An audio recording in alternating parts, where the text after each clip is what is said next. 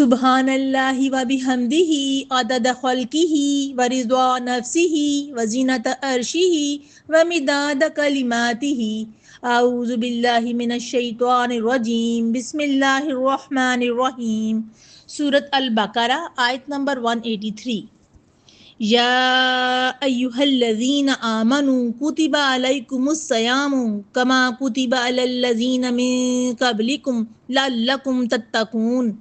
तर्जुमा, ए वो लोगो जो ईमान लाए हो, तुम पर रोज़ा रखना फ़र्ज कर दिया गया है जैसा कि उन लोगों पर फ़र्ज किया गया जो तुमसे पहले थे, ताकि तुम तकवा अख्तियार करो। अल्लाह सुब्हाना ताला ने सूरत बकरा की इस अजीम आयत में रोज़े की फ़र्जियत का ऐलान फरमाया है। ये सिर्फ एक इबादत नहीं बल्कि एक मुकम्मल रूहानी तरबियत का निज़ाम है। अल्लाह सुब्हाना ताला फरमाते हैं लअल्लकुम तत्तकून, ताकि तुम मुत्तकी बन जाओ। यानी रोज़े का असल मकसद भूख और प्यास बर्दाश्त करना नहीं बल्कि इंसान के अंदर अल्लाह का खौफ, उसकी निगरानी का एहसास और गुनाहों से बचने की ताकत पैदा करना है। रोज़े की फ़र्जियत और उम्मतों की तारीख अगर देखें तो अल्लाह सुब्हाना ताला फरमाते हैं कि रोज़े सिर्फ उम्मत मोहम्मदिया पर फ़र्ज नहीं किए गए बल्कि साबका उम्मतों पर भी फ़र्ज थे। इससे ये बात वाज़ेह होती है कि रोज़ा एक आलमी और कदीम इबादत है। यहूद व नसारा में भी रोज़े की मुख्तलिफ सूरतें मौजूद थीं, लेकिन इस्लाम ने इसे एक बाकायदा मुनज़्ज़म और रूहानी निज़ाम के तौर पर कामिल शक्ल दे दी।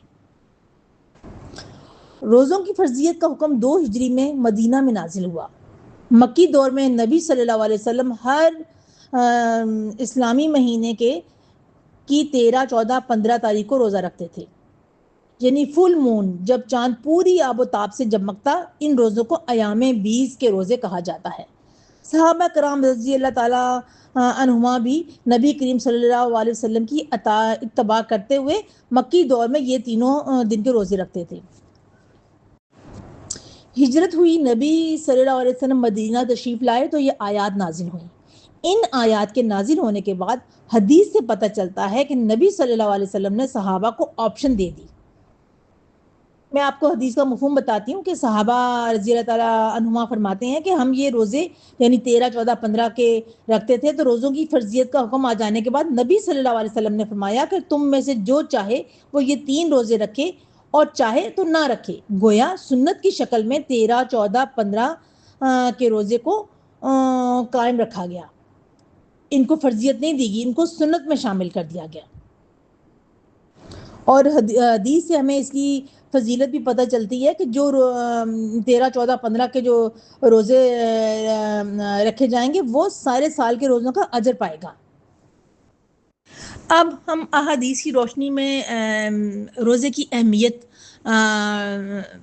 पर जो है वो रोशनी डालते हैं कि सही बुखारी और मुस्लिम में हदीस है, नबी करीम सल्लल्लाहु अलैहि वसल्लम ने फरमाया इस्लाम की बुनियाद 5 चीज़ों पर है। इनमें एक अहम रुकन रमज़ान के रोज़े हैं। ये इस बात की दलील है कि रोज़ा दीन इस्लाम के बुनियादी सतूनों में से एक है।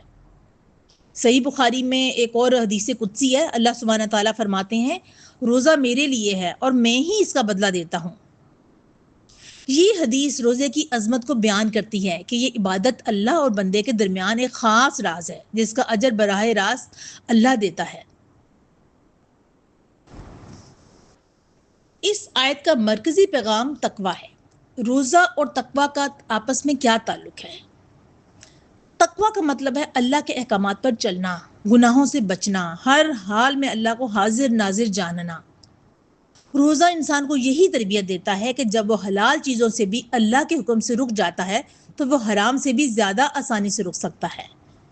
सही बुखारी की हदीस है, नबी करीम सल्लल्लाहु अलैहि वसल्लम ने फरमाया जो शख्स झूठ बोलना और उस पर अमल करना ना छोड़े तो अल्लाह को उसके भूखे प्यासे रहने की कोई हाजत नहीं। इससे मालूम हुआ कि रोज़ा सिर्फ जिस्मानी नहीं बल्कि इखलाकी तब्दीली का नाम है।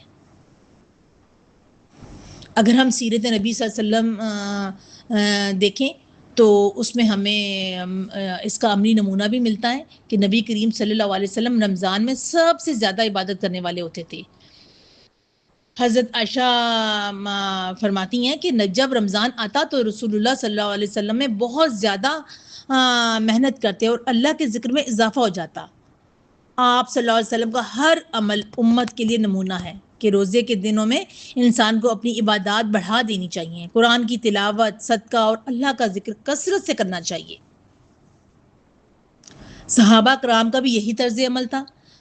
صحابہ کرام روزے کو صرف بھوک پیاس نہیں سمجھتے تھے بلکہ اسے اپنی اصلاح کا ذریعہ بناتے تھے.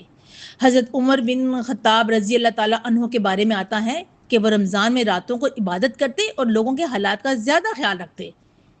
اسی طرح حضرت عبداللہ بن مسعود رضی اللہ تعالیٰ عنہ فرماتے تھے کہ روزہ صرف کھانے پینے سے رکنے کا نام نہیں بلکہ لغو اور گناہ سے رکنے کا نام ہے. روزے کے بہت سے عملی فوائد ہیں.